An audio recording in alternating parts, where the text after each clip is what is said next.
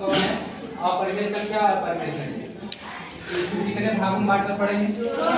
दो भागों में बांटना पड़ेगा। पहला है हमारा कौन सा? परिमेय संख्या। परिमेय संख्या और दूसरा क्या है? अपरिमेय संख्या। और दूसरा है हमारा अपरिमेय संख्या।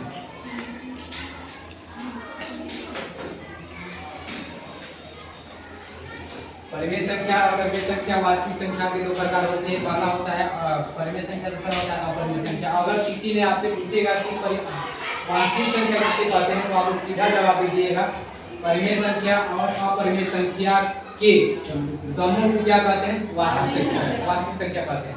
ये चीज आप लोग बता देंगे, ठीक है। अब इसमें हम सबसे पहले पढ़ेंगे कौन सा? परिमेय संख्या। तो आप लोगों को मालूम होगा परिमेय संख्या कहते किसे? तो परिमेय संख्या आप लोगों को पता है कि q/q के रूप में जिसे लिखा जा सकता है उसे क्या कहते हैं? परिमेय संख्या। लेकिन q का जो मान होता है 0 के बराबर नहीं होता। इस चीज को आप लोग याद रखिएगा। अब इसमें लिख लो p/q यानी अंश बटा हर के रूप में लिखा जाता है, वही होता है p/q। उस चीज को आप लोग समझिएगा। p/q के रूप में लिखा जाता है।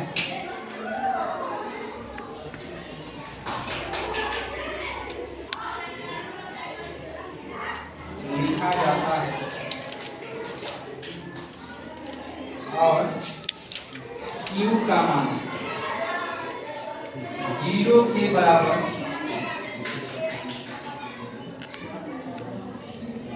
नहीं होता है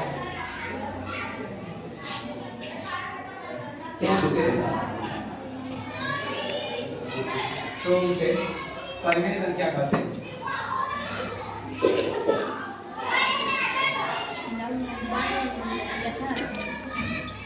परिमेय संख्या कहते हैं, ठीक है। इस चीज को आप लोग लिख लीजिएगा। p/q के रूप में लिखा जाता है और q के मान 0 के बराबर नहीं होता है तो उसे हम क्या कहते हैं? परिमेय संख्या कहते हैं। जैसे में एक चीज आप लोग हो गया, जैसे में लिखे इसका डिस्प्ले। चलिए ये चीज तो आप लोगों को पता होना चाहिए। इस चीज को तो बताना ऐसे लग रहा है तो बता दिए हैं, लेकिन ये चीज को पता होना चाहिए। जैसे में 5 का परिमेय संख्या है कि नहीं? बताओ ना, परिमेय संख्या है कि नहीं? कैसे नहीं? बटा में नहीं है। अब बटा में हो गया? अब हो गया? अब नहीं है। बटा में तुम अपने मन से एक रख सकते हो, कोई भी संख्या ले लो, अपने मन से तुम रख सकते हो। अंश बटा हर ग्रुप में हुआ कि नहीं हुआ? ये कैसी संख्या है? परिमेय संख्या है। 2 भी कैसी है? तो परिमेय संख्या है। 3/2 भी क्या है? 7/2। क्या 5/0 परिमेय संख्या है? नहीं है, नहीं है। कहाँ से की परिभाषा में कहा गया है कि q का मान 0 के बराबर नहीं होना चाहिए। ये 0 है, जब 0 है तो हमारा ये परिमेय संख्या नहीं होगा। तो परिमेय संख्या आप लोगों को पूरा कंप्लीट समझ में आ गया। अब आगे हम पढ़ेंगे अपरिमेय संख्या।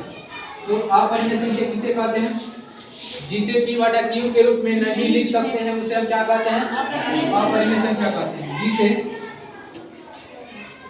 p/q के रूप में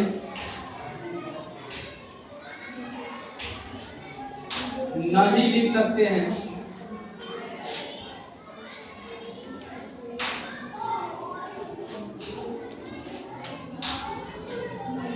तो उसे अपरिमेय संख्या कहते हैं।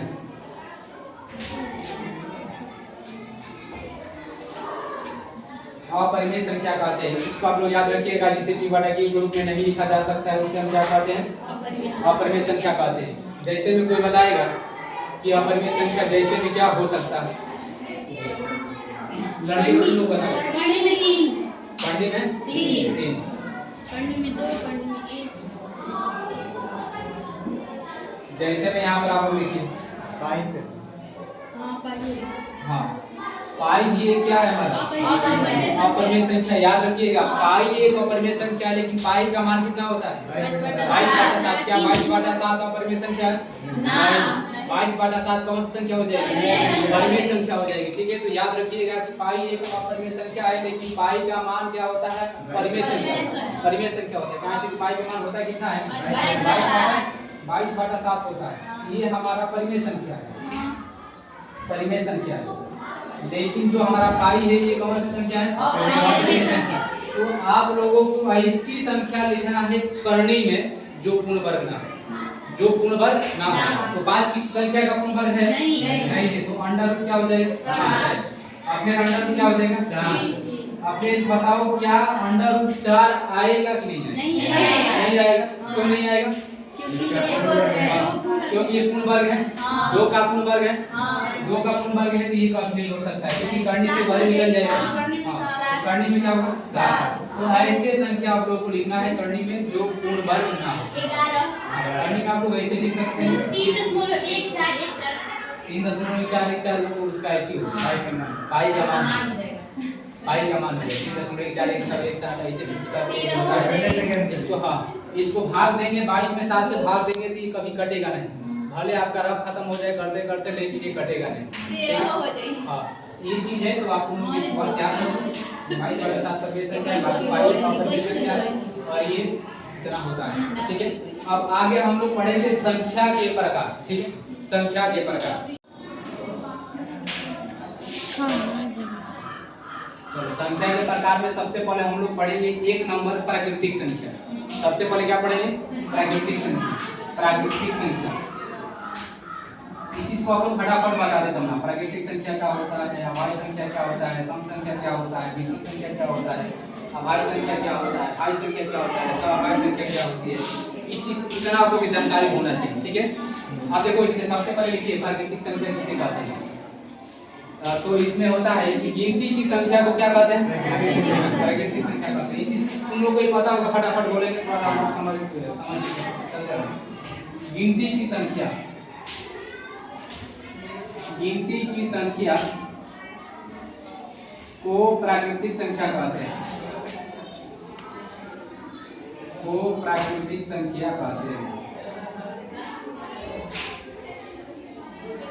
प्राकृतिक संख्या कहते हैं। जैसे में देखो जैसे में कोई बताएगा जैसे में गिनती स्टार्ट कहाँ से होती है? 1 से स्टार्ट होती है और कहाँ तक ले जाती है? अनंत तक ले जाती है। गिनती कहाँ है?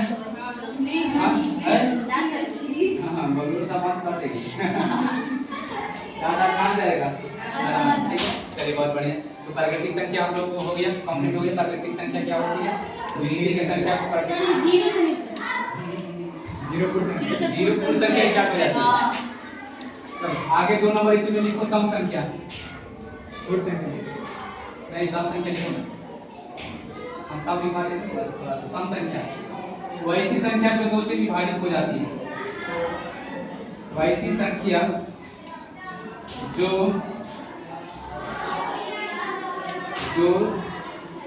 2 से विभाजित हो जाती है।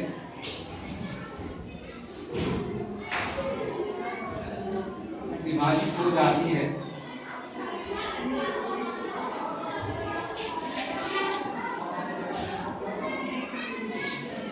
तो उसे क्या कहते हैं? सम संख्या। सम संख्या कहते हैं। सम संख्या कहते हैं। चलिए एग्जाम्पल सम संख्या क्या होता है? जैसे देखो ना जैसे में बताओ 0 सम संख्या है कि नहीं? 0 सम संख्या नहीं। 2 सम संख्या है 6 भी है 7 8 10 7 नहीं 2 है 4 है 5 है 8 है 10 है। इसी तरह से डाट डाट चलता रहेगा। लेकिन 0 भी सम संख्या होती है। किसी भी संख्या के अगर लास्ट में लगे तो संख्या को कट जाए। 0 भी क्या होती है? सम संख्या। याद रखिएगा 0 भी सम संख्या है। काहे किसी भी संख्या के अगर अंत में लग जाए तो सम संख्या हो बना लीजिए। ठीक है अब यही डालिए आप लोग विषम संख्या। इसका क्या मतलब परिभाषा आप लोग लिख लीजिएगा। वैसी संख्या जो 2 से विभाजित करने पर 2 से नहीं कटती है उसे हम क्या कहते हैं? विषम संख्या कहते हैं। इस चीज को तुम लोगों को पता होना चाहिए। फिर भी लिख लीजिए आप। एक नोटबुक बनाएंगे तो बढ़िया से उसको आप लोग सिस्टमेटिक तरीके से सजाते चलो। आप लोगों को सजाना आता है लड़के सब कोई भी सामान की तरफ चलना तो योगा जो सज रहा है लेकिन अभी तो कोई नहीं है। चलिए देखिए, देखो आप लोग अगर राजा बनना चाहते हैं, सुनिए लड़की लोग लड़के लोग वापस सुनिए, अगर आप लोग राजा बनना चाहते हैं तो रानी के पीछे मत भागो, मेहनत के पीछे भागो। इसमें कहा जाता है कि queen is beautiful but money is powerful. तो आप लोग मनी के पीछे इजी करिए, ठीक है। अब बबलू सब ज्यादा लाभ किया खाना चक्कर में पड़ जाएगा। ठीक है, ये चीजें बाकी विषम संख्या हो गया। जैसे में देखो, जैसे में क्या होगा तुम लोग बताओ। 3 7 तो देखो ना, एक भी तो हो जाएगा। 1 3 5 7 1 3 5 7 और इस तरह से 9 भी हो जाएगा। डाटा काम नहीं चलेगा, अनंत तक चलेगा। विषम संख्या के भी अंत नहीं है। तुम बताओ ना, उसके आगे हम बता देंगे। तुम एक विषम संख्या जितना मन उतना बताओ, उसके आगे हम बता देंगे, ठीक है। तो विषम संख्या भी कितनी होती है? अनंत होती है। हां, अनंत क्या है? तो अनंत कोई नंबर भी तो होगा नहीं। तो 0 से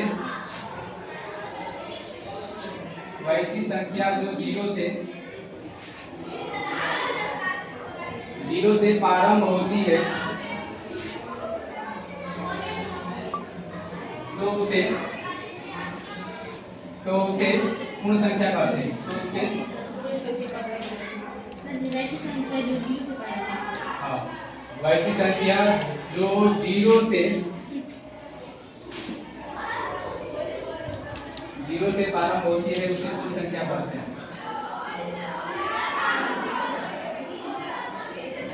पूर्ण संख्या कहते हैं। जैसे में हमारा क्या हो जाएगा? जैसे में 0 होगा, अब आगे प्राकृतिक संख्या 1 2 3 4 5 6 7 8 9 10 11 12, इस तरह से क्या होगा? पूरा गिनती चलता रहेगा। 2 3 4 5 6 7 8 9 10 11 12 19, ठीक है। ये हमारा क्या हो जाएगा? पूर्ण संख्या हो जाएगी। पूर्ण संख्या कहाँ से स्टार्ट होती है? यहाँ पे 0 से स्टार्ट होती है। 0 से स्टार्ट होती है। अब आगे हम लोग पढ़ेंगे पुराण। क्या पढ़ेंगे? पुराण। हेडिंग डालो पुराण।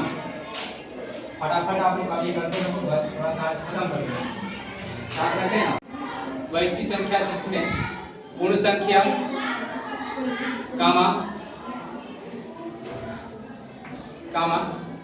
प्राकृतिक संख्या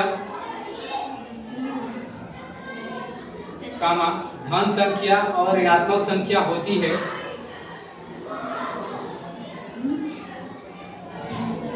धन संख्या और ऋणात्मक संख्या होती है, तो उसे हम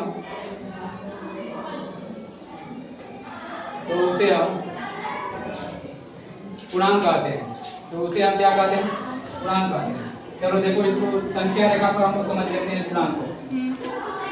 सुनिए आप लोग, ये एक हमारा संख्या रेखा है, बीच में हमारा एक बेस का काम करता है 0, ठीक है। अगर हम 0 के बाएं साइड बढ़ेंगे तो हमारा संख्या किसमें होगी? ऋणात्मक होगी। माइनस के 1 माइनस के 2 माइनस के 3 माइनस के 4, और हम 0 के आगे बढ़े तो संख्या किसमें होगी? प्लस के 1 प्लस के 2 और प्लस के 3 और प्लस के 4। इसी तरह डॉट डॉट क्या होगा? प्लस के अनंत होगा। और इधर भी क्या होगा? इसी तरह डॉट डॉट माइनस के क्या होगा? इंफिनिटी होगा।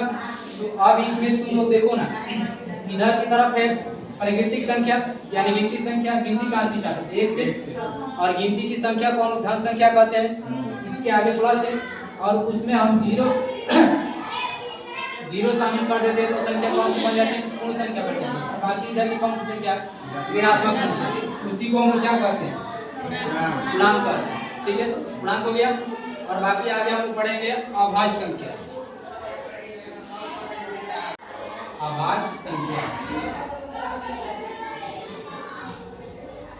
बस ज्यादा नहीं, वो 2-4 है उसको पढ़ लेते हैं, उसके बाद से बंद कर देंगे। अभाज्य संख्या क्या होती है? इस चीज को आप लोगों को एकदम बढ़िया से समझना है, ध्यान से समझना है। अगर शायद चीज अगर नहीं समझ में आएगा तो थोड़ा सा पर्सनालिटी को करने में थोड़ा सा प्रॉब्लम होगा। तो इस चीज को तुम लोग देखो, अभाज्य संख्या किसे कहते हैं? तो अभाज्य संख्या का परिभाषा बस 2 ही चीज पर डिपेंड करता है, एक और स्वयं। एक और स्वयं। देखो ना, अभाज्य संख्या किसे कहते हैं? आप लोग परिभाषा याद रखिएगा। वैसी संख्या जो 1 से विभाजित हो और स्वयं से विभाजित हो, उसी को हम क्या कहते हैं? अभाज्य संख्या कहते हैं। तो तुम बताओ ना सबसे छोटी अभाज्य संख्या क्या है? सबसे छोटी सबसे छोटी सबसे छोटी अभाज्य संख्या कौन सी संख्या है? 2 है। 2 देखो ना, 1 से कटेगी और अपने ही संख्या से कटेगी, 2 से कटेगी, बाकी किसी से नहीं कटेगी। तो 2 हमारे क्या हो जाएगा? सबसे छोटी संख्या हो जाएगा। ठीक है, ये चीज है। अब इसमें से तुम लोगों को क्वेश्चन पूछा जा सकता है कि 2 अंकों की सबसे बड़ी अभाज्य संख्या क्या है? तो क्या बताओगे? 2 अंकों की सबसे बड़ी अभाज्य संख्या है 2 अंकों की सबसे बड़ी अभाज्य संख्या 99 की सबसे बड़ी 99 संख्या अगर पूछे तो सबसे बड़ी संख्या क्या होगा? 99 99 3 से कट जाएगा, हाँ 1 से भी कटेगा, 99 से भी कटेगा, हाँ। 9 से भी कटेगा, तो 99 नहीं हो सकता। तो तुम बताओ और क्या हो सकता है? 99 से छोटा भी हो सकता है, 98 भी नहीं हो सकता। 2 अंकों की सबसे बड़ी अभाज्य संख्या 2 अंकों की सबसे बड़ी अभाज्य संख्या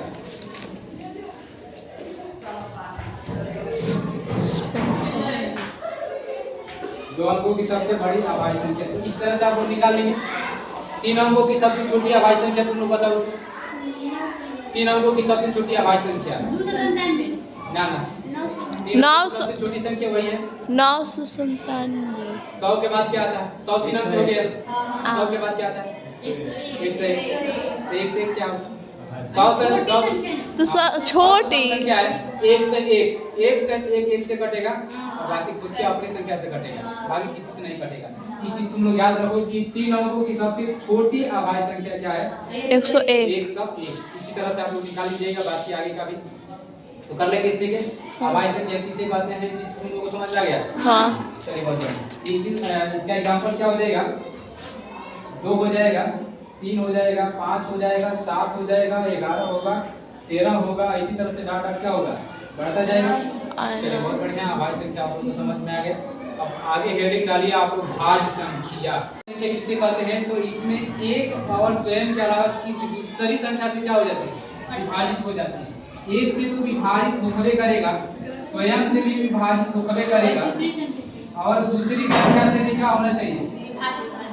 दूसरी संख्या से भी विभाजित हो गया, अन्य संख्या से भी क्या होना चाहिए?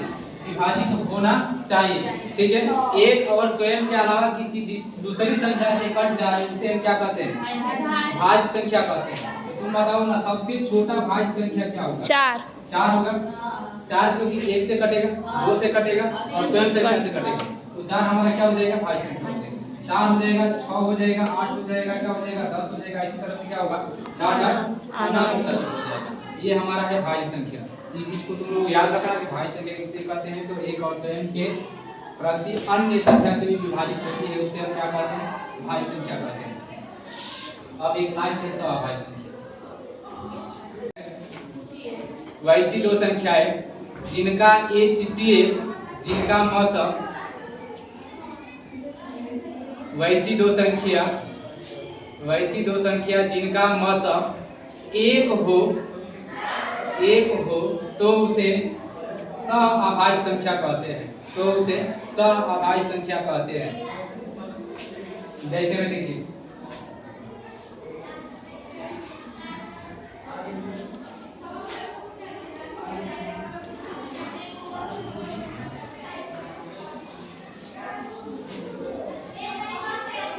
चलो देखो तुम लोग बताओ मासा तो तुम सब लोग आ जाते निकालने के लिए। 3 4 का मासा कितना होगा? 1 होगा। 5 4 का मासा कितना होगा? 1। 4 6 का मासा कितना होगा? कितना होगा? 2 होगा। इसका मासा 2 हो गया और इसका मासा कितना है? 1 है और इसका भी मासा कितना है? तुम बताओ ना, ये तो जिसका मासा 1 हो उसको कहते हैं क्या? सअभाज्य संख्या ये है, ये भी है, लेकिन क्या ये सअभाज्य संख्या नहीं है। क्यों नहीं है? क्योंकि इसका HCF जो निकल कर आया है कितना निकल? 2 है। बस आज इतना ही, बाकी हम लोग पढ़ेंगे।